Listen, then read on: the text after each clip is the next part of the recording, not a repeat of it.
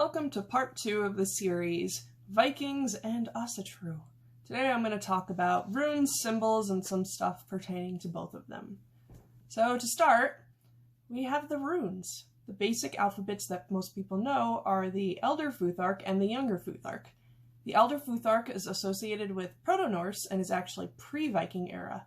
The Younger Futhark is what we know as Old Norse, and of course that was during the Viking era. Now, on the tail end of the Viking era actually happened the medieval runes, and those were introduced at the back end, but they weren't really established until about the 13th century.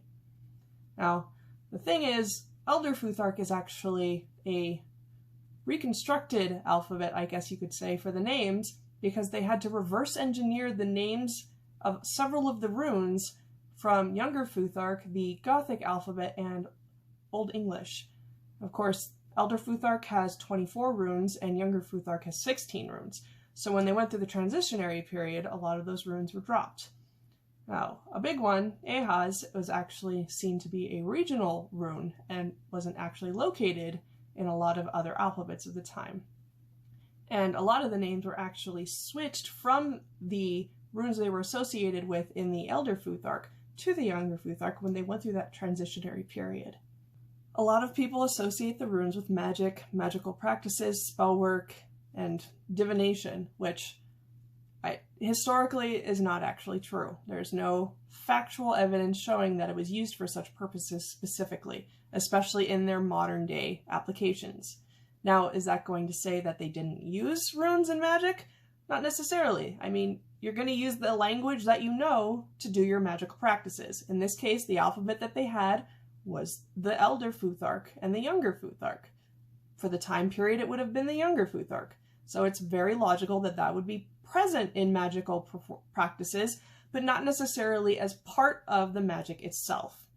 Now, a lot of people who do divination, and you will find this on the internet in many places and many books written about it for runic divination, they have the concept of what's called the blank rune.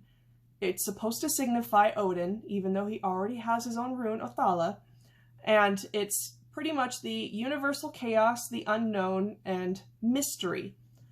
Now, this was made up by Ralph Blum in the 1980s in his book, Book of Runes, and is pretty much sort of an amalgamation of many different magical beliefs from other practices and belief systems brought in to fill a hole into what the runes were and what they were understood by for people, but it is not factually accurate. Now, while they didn't necessarily have an established literature system, they did write down on a lot of stuff. Fortunately, a lot of the stuff they wrote down on was organic matter, and so it decayed. One of the things that they've been able to find that survived were rune sticks. Rune sticks were essentially scrap pieces of wood that they would engrave either their name or a short message to someone on. Another item that they found was a comb. It was excavated from Ribe, Denmark from around 800 AD, and it pretty much had the inscription translation of, "I am a comb." That's one of my favorites. Another one was a rune stick found in Bergen from a preserved peat bog tavern, and it was pretty much a message that said, "Geetha says come home." It was sent pretty much from an angry wife telling her drunk-ass husband to come home from the bar. Not all the inscriptions made sense. Some had very poor grammar, some had very strange spellings, some were garbled, some were in code. And some of them were pretty much the equivalent of bathroom stall graffiti.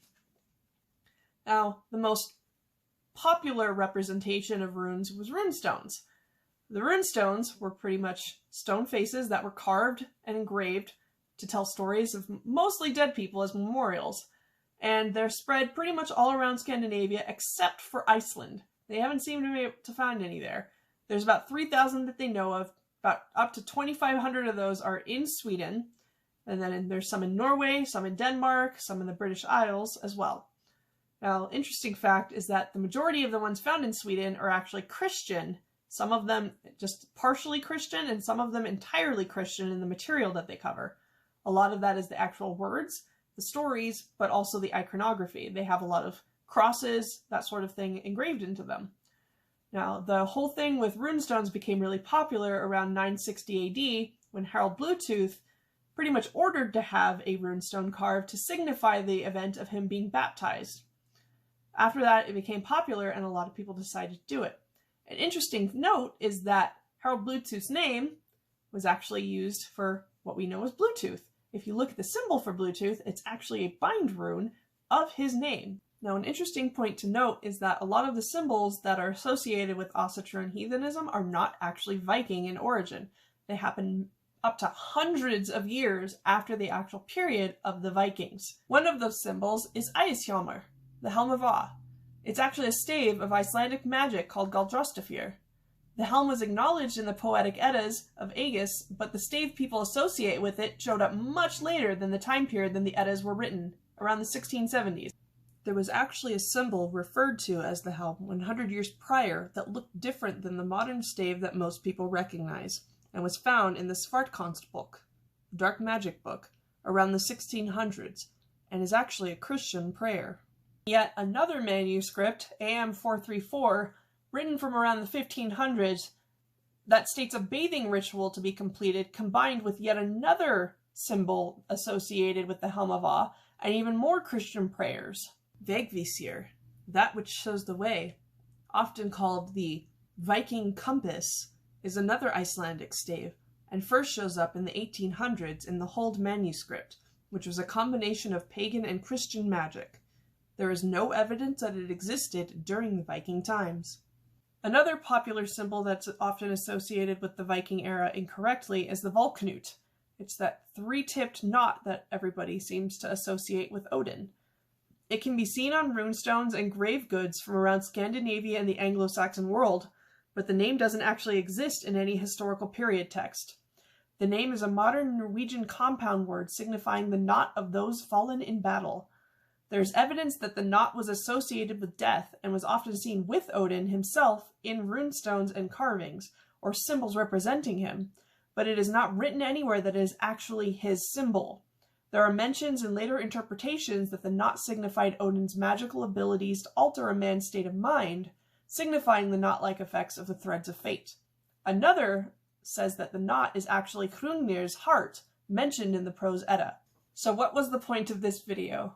Is this me telling you, stop doing runic divinations, stop using the Helm of Aa, stop using Vegvísir? No, of course not. If you want to do divinations and use the symbols, go for it. Understand, though, that they are not historical to the Viking era. They are a personal choice on your part, and understanding that you are including them in your belief system and practices. That is totally fine.